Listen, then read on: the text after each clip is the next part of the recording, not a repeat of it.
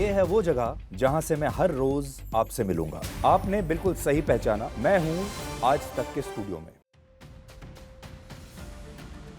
भारतीय रुपया इन दिनों संभवतः अपने सबसे बुरे दौर से गुजर रहा है। डॉलर के मुकाबले रुपया ऐतिहासिक रूप से ऑल टाइम लो पर गया हुआ है। लेकिन अगर 2022 की शुरुआत से अब तक के हालात को देखें तो डॉलर न सिर्फ रुपये को रुला रहा है बल्कि यूरोप से लेकर अमेरिकी महाद्वीप की कई बड़ी अर्थव्यवस्थाओं की मुद्रा को भी डॉलर ने पछाड़ दिया है। इसमें यूरो से लेकर ब्रिटिश पाउंड और जापानी येन भी शामिल हैं। क्यों डॉलर मजबूत होता जा रहा है और बाकी देशों की करेंसी गिरती जा रही है, चलिए जानते हैं।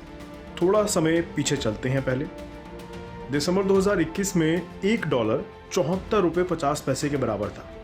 अब 15 जुलाई के आंकड़ों को अगर देखें तो $79.74 $1 का भाव हो गया है। इस तरह डॉलर के मुकाबले रुपया पिछले 6.5 महीने में तेजी से गिर गया है और इसका मूल्य 7.5% तक नीचे आ गया है।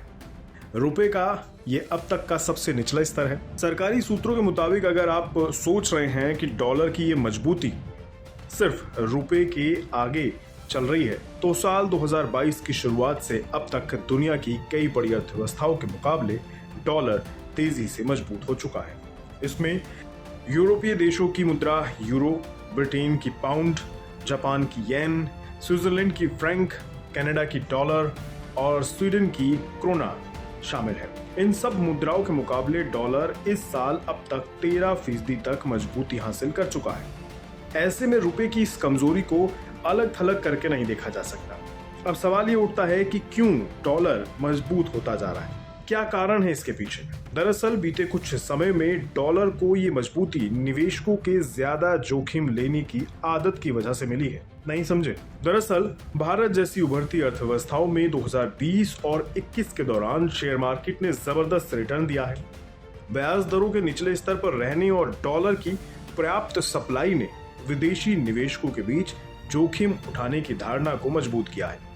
इसके उलट 2021 की दूसरी छमाही से विकसित देशों में महंगाई बढ़ रही है। अमेरिका के फेडरल रिजर्व ने भी महंगाई को कंट्रोल करने के प्रयास किए हैं और ब्याज दरें बढ़ाई हैं।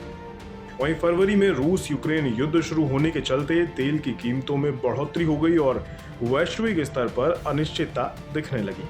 ऐसे में निवेशक सचेत हो गए और उन्होंने भारत जैसे देशों से निवेश निकालना शुरू कर दिया।